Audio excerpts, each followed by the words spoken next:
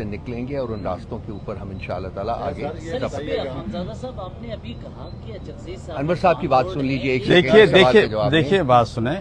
بات یہ ہے کہ ہم نے یہ پہلے بھی ہم کہہ رہے تھے اور آج بھی وہی کہہ رہے ہیں کہ پارلیمنٹ کے اندر ہم اور یہ دونوں اپوزیشن پارٹیاں ہیں اور ہماری خواہش یہ ہے کہ ہم پارلیمنٹ کو اس کو خالصتاً اس کو باوقار بنائیں اور جمہوریت کے لیے مل کے کام کریں.